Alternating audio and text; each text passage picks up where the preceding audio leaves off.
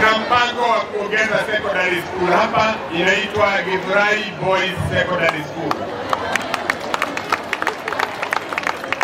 Na pia tunajenga Kahawa Secondary School na shule nyingine inaitwa Javaini Secondary School. Hiyo ndiyo kazi yetu hii miaka 5 ingine inakuja. Tunaongeza secondary school inaitwa Kamae Secondary School na Kamae Primary School. Tunafanya hivyo ndio in the next 5 years hakuna mtoto atakuwa akitoka hapa Roysambu kwenda kutafutiwa shule ya upili huko Mombasa, huko Murang'a, huko Thika, wote watakuwa wakisomea hapa. That is my promise for the next 5 years. Tumetafuta pesa kwa Benki Kuu ya Dunia na ile kitu imetufuga, na ndio hatujajenga Roysambu Technical Training Institute. Ni kwa sababu tuko kotini tunapigania ile mahali tutajenga Roysambu Technical Training Institute, ndio hawa vijana wetu wakitoka Kiwanja, wakitoka Garden, wakitoka GITHURAI, wakitoka Garrison, wote wapate mahali ya kusomea mafundisho mengine.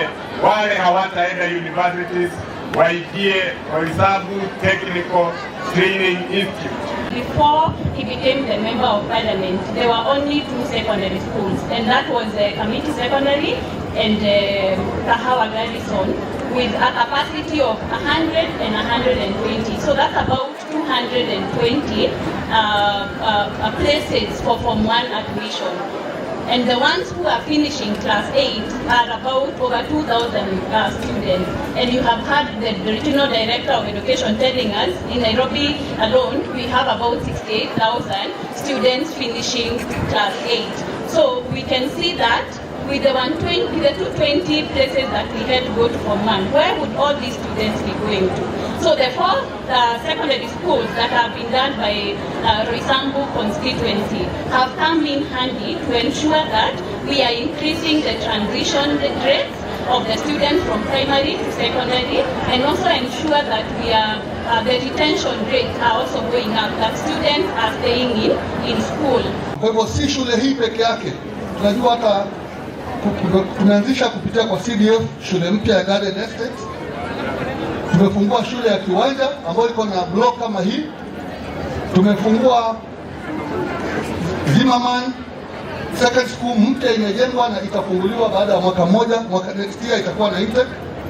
Na pia hata mashule ya zamani kama Garrison, Kahawa Garrison, tumejenga madarasa pale, Kamiti tumejenga madarasa, na pia tumefanya renovation ya mashule na tunalenga hii renovation ya primary school.